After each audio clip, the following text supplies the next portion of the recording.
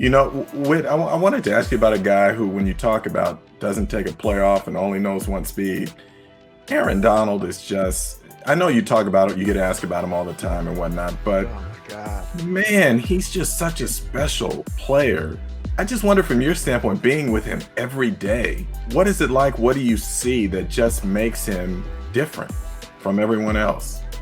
It's really that. It's his ability to just compete, snap in and snap out in a way that's so different. I used to always say this, like, there's some other guys I've played in this league that I would say are really good defensive linemen or really good D tackles that, just for sake of not naming them, some of them that I think, they're good players, but to me, it's kind of like they're always just playing the game like to make that play that matters in the game. And then it's kind of like outside of that, they kind of just want to make a sack or they want to cause a sack fumble.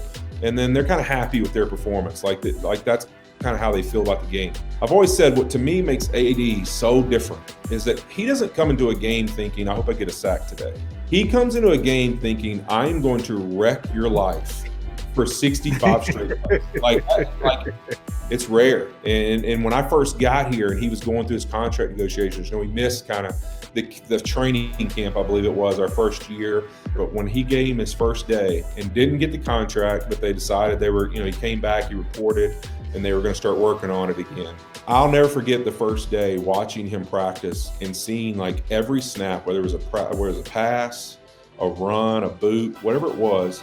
He was like the first player on the field to the football, no matter where it was on the field. And it's like he would destroy the O-lineman, get through the line, touch the quarterback, and sprint wherever the ball was thrown. And if he wasn't the corner covering the guy, he's the second defensive player to the ball.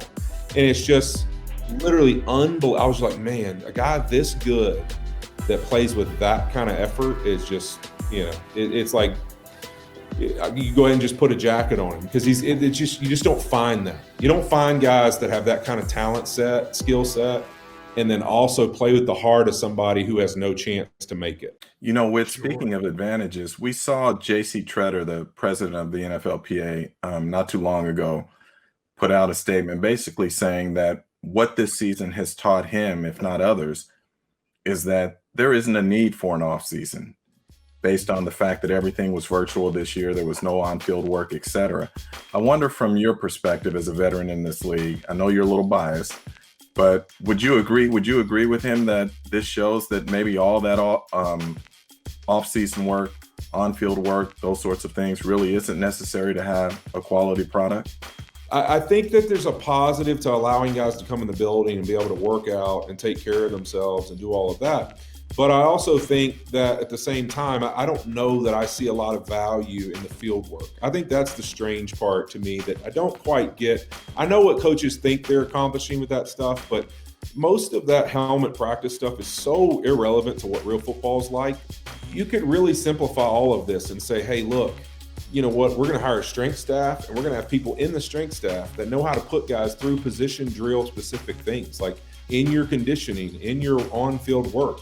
And I don't really have to put you in an environment with other players on a field where you can get injured or do any of that. Let's just have you like in your optimal shape, in your optimal build for what you need to do your position and function movements when you report to camp. And I think that virtually I can meet with you, I can install things. I think this virtual world has really opened up things that I've always thought needed to be different. Like I always thought it was crazy on a Monday that, like you travel to wherever, let's say our week, say you go to Green Bay and win and you have this big travel, you go there, you play this game the next morning. It's like, I get you want me to come work out and get the body movement and get some of that soreness out and those kind of things. Physically, that makes sense.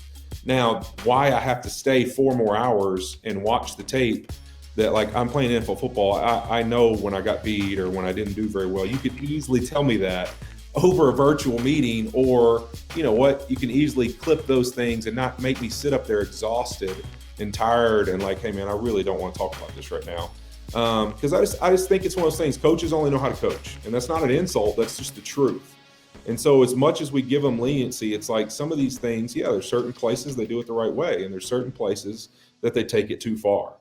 What they talk about the cold being such an advantage at Lambeau and that sort of thing. I mean, you played in some cold weather games in Cincinnati. How real is that in terms of its impact on a player? You know what? It's one of those things that the only real time I feel like you feel it now as much is TV timeouts. The game stops so much. So you go out, kickoff, and it's like you run out on the field to go, and then you realize, oh man, they're stopping the game.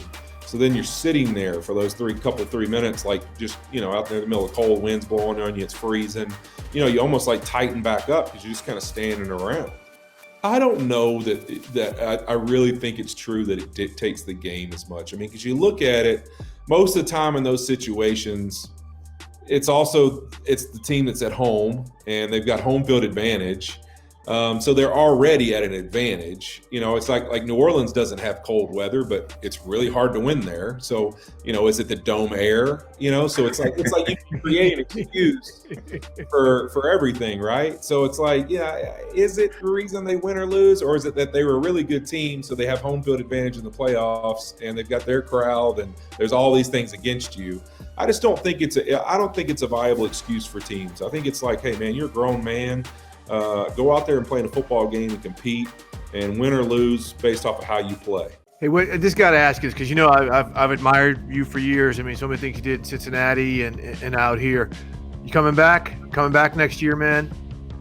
This season, coming into it, just because of the nature of really things going on with the cap and everything going on with COVID and all of that and what they thought it would do to the salary cap, I knew that there might be some limitations on whether I could come back. And whether the team would be able to do it, and so that's the only reason really this season that I've had a little bit of, all right, man. I mean, there may be a realistic chance that you're going to have to decide on.